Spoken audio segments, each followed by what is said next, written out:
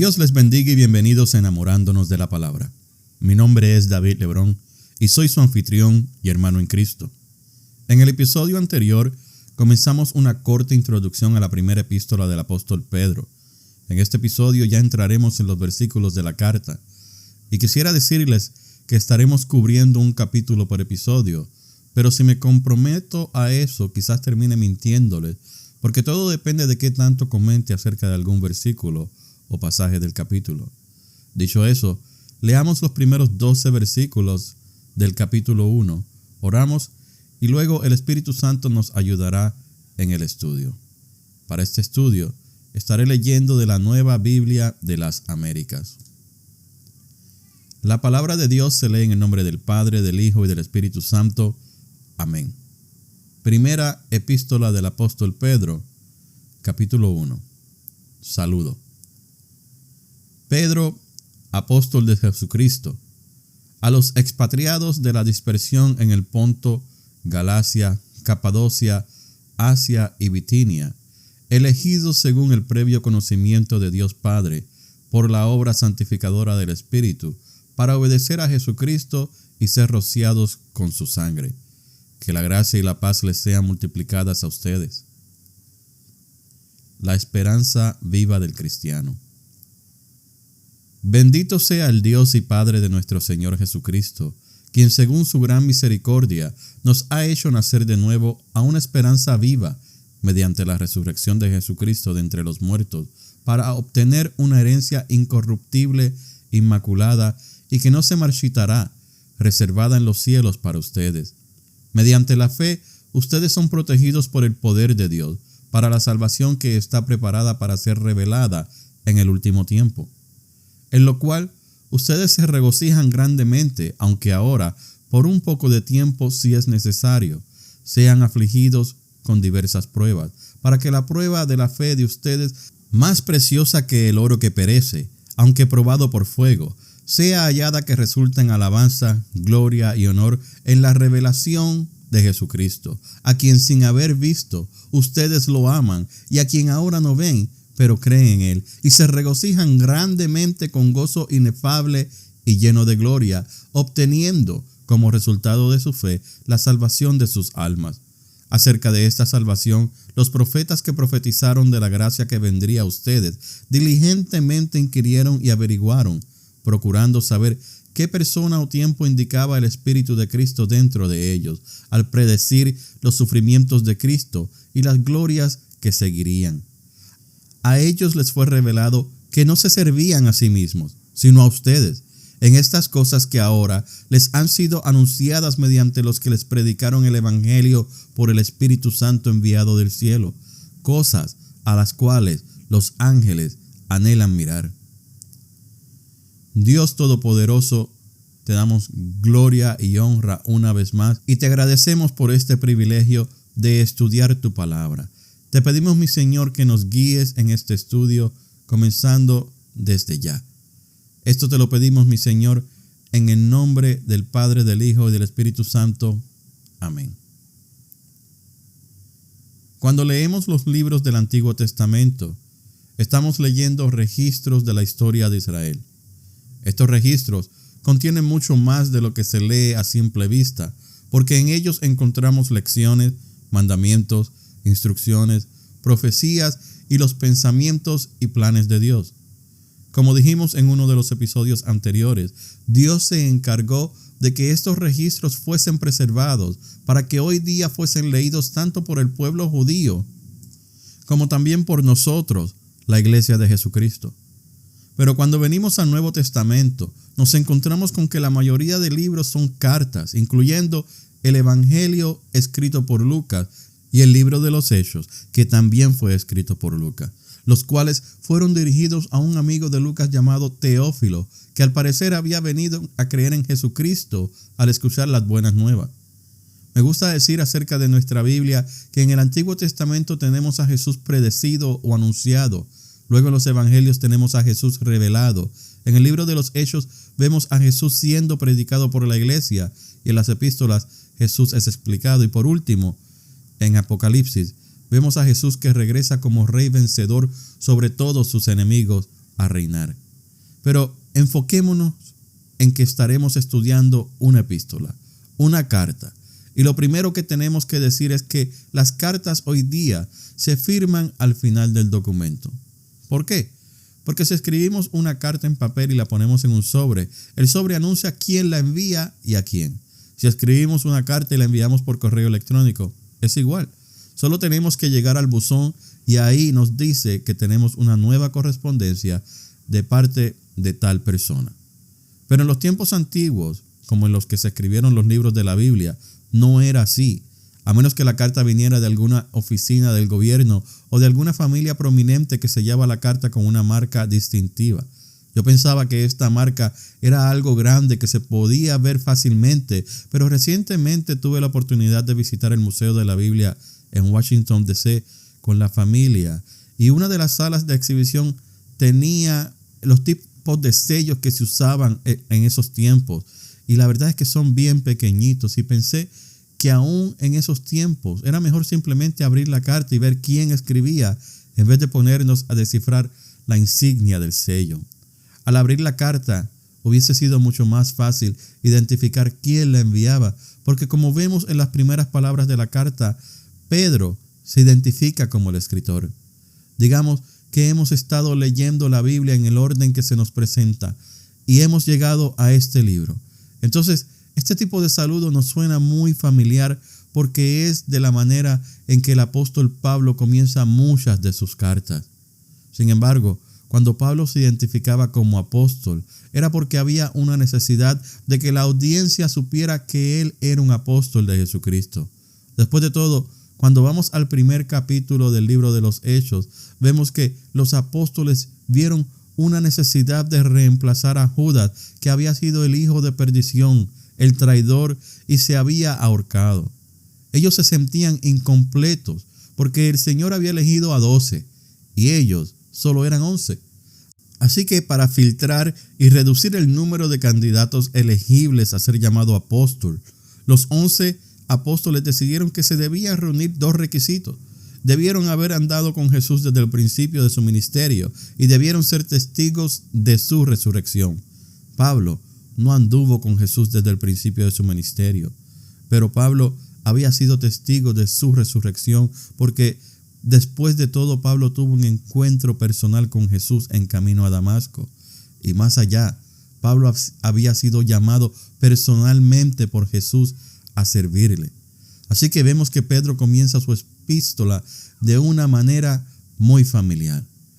Pedro, apóstol de Jesucristo. Pero Pedro, a diferencia de Pablo, no tenía el problema que Pablo tenía. Pedro no tenía que defender su apostolado. Pedro era uno de los primeros 4 discípulos que Jesús llamó a seguirle. Fue a Pedro y a su hermano que Jesús, al llamarlos, les dijo: síganme y los haré pescadores de hombres. Pedro no se identificó como Simón, hijo de Jonás, porque aunque ese era su nombre de pila y Jonás era el nombre de su padre, a Pedro ya no le interesaban los linajes abrahámicos. Pedro, al identificarse como Pedro, está transmitiendo que él es el líder de los apóstoles. Pero a pesar de que quien escribe es Pedro, a quien el maestro bautizó como la roca entre los discípulos, Pedro no se identifica como el apóstol de Jesucristo con algún tipo de arrogancia, sino que humildemente él simplemente escribe: Pedro, apóstol de Jesucristo, poniéndose a la par, al mismo nivel que los otros apóstoles, a pesar de que ciertamente él había sido elegido para ser el líder entre los demás. Aparte del amor, si hay algo que la gente debe notar en los hermanos de la iglesia, es la humildad. Si el creyente es imitador de Jesús, tal y como la palabra nos exhorta a hacer, entonces una de las cualidades de Jesús que se ve en todos los evangelios y que ciertamente debemos imitar es la humildad. Jesús demostró esta cualidad en el capítulo 13 del Evangelio según San Juan, cuando se levantó, se quitó su manto, tomó la toalla y se la ciñó porque le lavaría los pies a sus discípulos. Jesús les estaba enseñando o demostrando que nadie es superior al prójimo, sino todo lo contrario. debemos siempre estar listos y dispuestos para servirle a los demás. Pablo nos dice lo siguiente en Filipenses 2, versículos 5 al 8. Haya pues en ustedes esta actitud que hubo también en Cristo Jesús, el cual, aunque existía en forma de Dios, no consideró el ser igual a Dios como algo a que aferrarse, sino que se despojó a sí mismo, tomando forma de siervo, haciéndose semejante a los demás, y hallándose en forma de hombre se humilló él mismo, haciéndose obediente hasta la muerte y muerte de cruz. Meditemos en esas palabras del apóstol Pablo. Nuestro Dios se despojó de su forma divina para hacerse igual a nosotros, hombres imperfectos y pecadores, humillándose para aprender a ser obediente hasta sufrir la maldición de morir en un madero. Jesús dijo que Él vino a servirnos de esa manera para poder ser de bendición para muchos. Ese sentir es el que llevan esas primeras palabras de la epístola. Pedro había sido elegido para servirle a otros. El Señor lo dejó a cargo de un grupo de hombres que iban a hacer luz en medio de la oscuridad y que iban a enseñarle a muchos a hacer esa misma luz. Pero Pedro no se sentía que él era superior a nadie y él sabía su lugar. Pedro se consideraba igual a todos los hermanos en Cristo. Esto en nuestros tiempos es importante en tantos niveles, porque hay muchos que son muy buenos maestros y enseguida se creen eruditos. Hay otros que son buenos predicadores y enseguida piensan que hay que sacarle provecho al evangelio de salvación. Hay muchos a quienes se le olvida la verdadera razón por la que fueron llamados y prefieren buscar la manera de enriquecerse en vez de enfocarse en que fueron llamados para llevar las buenas noticias de salvación al mundo. Ahora, la epístola, o más bien el saludo, no termina ahí, sino que a continuación Pedro nos dice a quién él le escribe. Y dice a los expatriados de la dispersión en el Ponto, Galacia, Capadocia, Asia y Bitinia, elegidos según el previo conocimiento de Dios Padre, por la obra santificadora del Espíritu, para obedecer a Jesucristo y ser rociados con su sangre. Notemos que Pedro no nos dice dónde viven, sino que Pedro mejor decide describir espiritual, social y políticamente a los destinatarios de la carta. Pedro le escribe a los elegidos de Dios que son extranjeros en el mundo y dispersados en el Ponto, Galacia, Capadocia, Asia y Bitinia. Cuando Pedro les llama elegidos, está diciendo que los lectores de la carta son específicamente escogidos por Dios. Pedro los está identificando como pueblo de Dios que Él ha llamado y apartado. Este pueblo experimenta el odio del mundo del cual Jesús nos advirtió y sin embargo, este pueblo soporta el sufrimiento y la persecución. Como pueblo elegido de Dios, nos gozamos del favor y del amor de Dios. Jesús dijo en Mateo 22:14 que muchos son los llamados, pero pocos los escogidos. Y qué bueno se siente ser uno de esos pocos. Pedro, en el contexto de su epístola, nos enseña el propósito de tal elección, cuando dice, pero ustedes son linaje escogido, real sacerdocio, nación santa, pueblo adquirido para posesión de Dios, a fin de que anuncien las virtudes de aquel que los llamó de las tinieblas a su luz admirable. Con ese tema de la elección, podemos notar las coincidencias con las enseñanzas del apóstol Pablo, quien toca constantemente la doctrina de la elección en sus escritos. Los escritores de las Sagradas Escrituras no tratan de explicar la revelación de lo que es el libre albedrío cuando tratan la doctrina de la elección. Lo que sí hacen es enseñarnos la actitud apropiada del cristiano cuando nos encontramos ante este misterio, el cual es aclarado con la comprensión de que es por gracia que hemos sido elegidos. No es por algo que nosotros hemos hecho, ninguno de nuestros méritos, sino por la gracia de Dios es que venimos a ser ese linaje escogido. Pedro le escribe a los expatriados y la importancia de estas palabras se encuentra en que Pedro no solo se está refiriendo al lugar de origen de los hermanos, sino que tal y como se nos dice en Hebreos 11:13, los creyentes somos extranjeros y peregrinos en esta tierra. Y estos hermanos son extranjeros y peregrinos en esa tierra. Esto quiere decir que el creyente no debe sentirse como que este mundo es su verdadero hogar.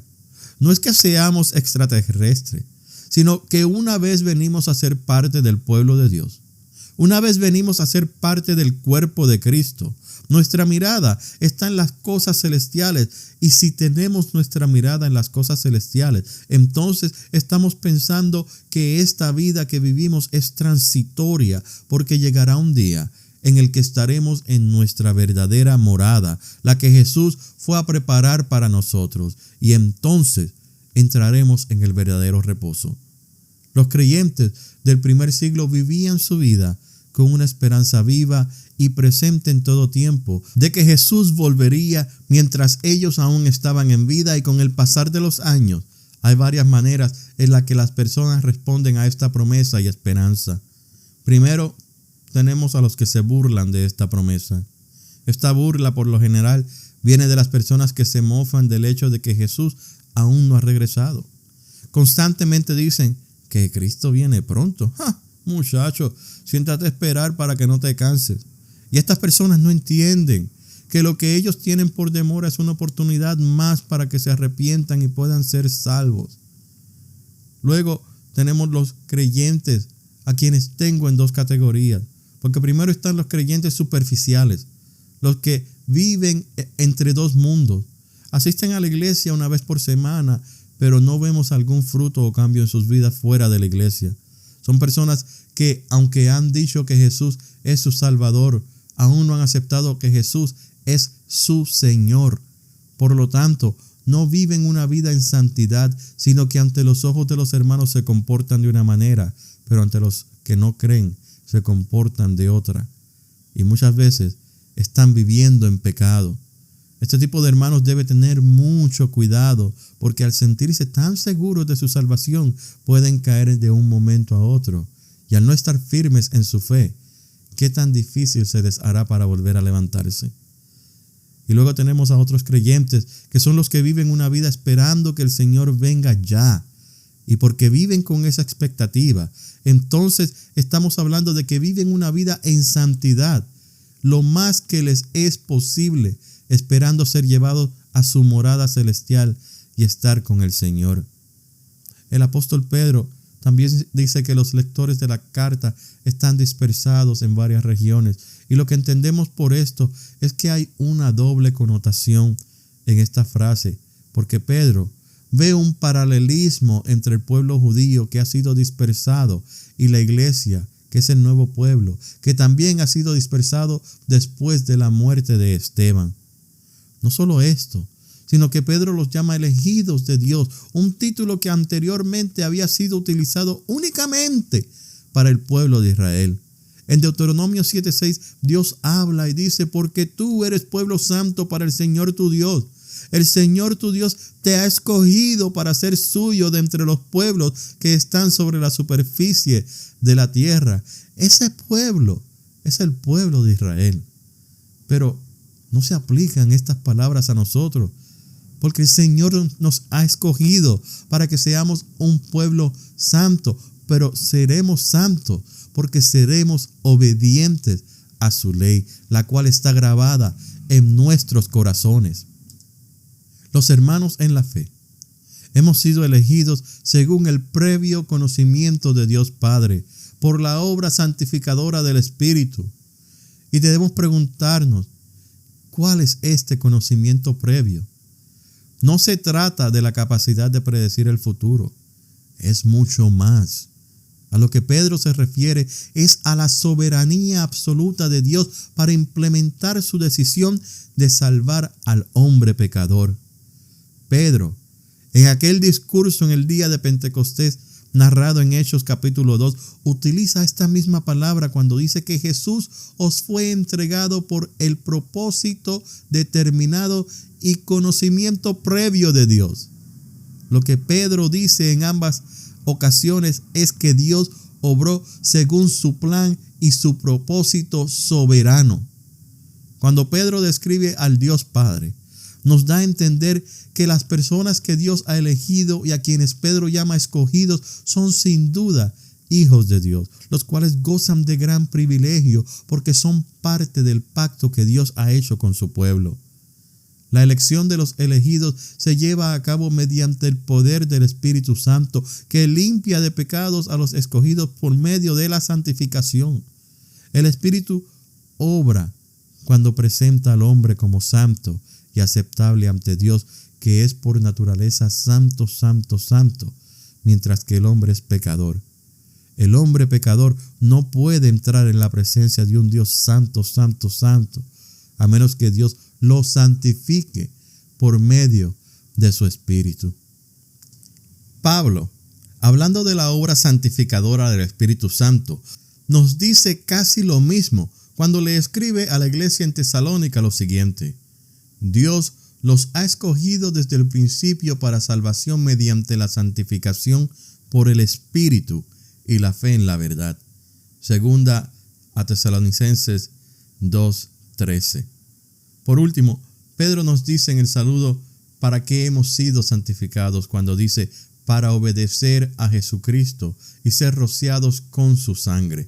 Que la gracia y la paz les sean multiplicadas a ustedes. Pedro repite más adelante su referencia a la obediencia, porque el apóstol quiere hacer hincapié en el pacto que Dios hizo con el pueblo de Israel. Moisés leyó el libro del pacto al pueblo, y ellos respondieron: haremos todas las cosas que Jehová ha dicho y obedeceremos. En Éxodo 24:7. Y luego Moisés roció la sangre sobre el pueblo y dijo: he aquí la sangre del pacto que Jehová ha hecho con vosotros de acuerdo a todas estas cosas. Comparemos esto con las palabras del autor de la carta a los Hebreos, que dijo que Jesús derramó su sangre para quitar los pecados del pueblo de Dios, en pasajes como Hebreos 9:18 al 28 y Hebreos 12:24. Pedro, a su vez, lo que está queriendo decir es que mediante el sacrificio de su muerte en la cruz, Jesús redimió y adquirió a los escogidos. De esta manera, vemos que el Dios Trino nos ha dado tres privilegios distintivos. Dios el Padre nos conoce de antemano. Dios Espíritu Santo nos santifica y Jesucristo nos limpia de pecado por medio del rociamiento con su sangre. Gracia y paz son términos que se utilizan mucho en los saludos de las cartas del Nuevo Testamento. El término gracia abarca la misericordia, el amor y el perdón del pecado. Gracia es lo que Dios ofrece al hombre. Paz es un estado de felicidad interior que el poseedor manifiesta exteriormente ante su prójimo. Estos dos términos están mutuamente relacionados en el sentido de que el primero es la causa y el segundo es la consecuencia. En otras palabras, el don de Dios de la gracia resulta en paz que el apóstol desea que sea multiplicada a nosotros.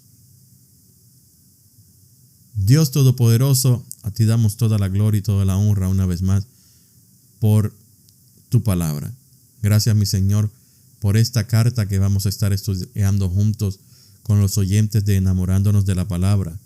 Y te pido, Señor, que continúes guiándonos y dándonos entendimiento de lo que el apóstol ungido y lleno de tu Santo Espíritu nos quiso decir hace tanto tiempo atrás. Señor, ayúdanos en este estudio. Te lo pedimos en el nombre de tu Hijo amado Jesús. Amén. Gracias por escuchar Enamorándonos de la Palabra. Que Dios les bendiga abundantemente.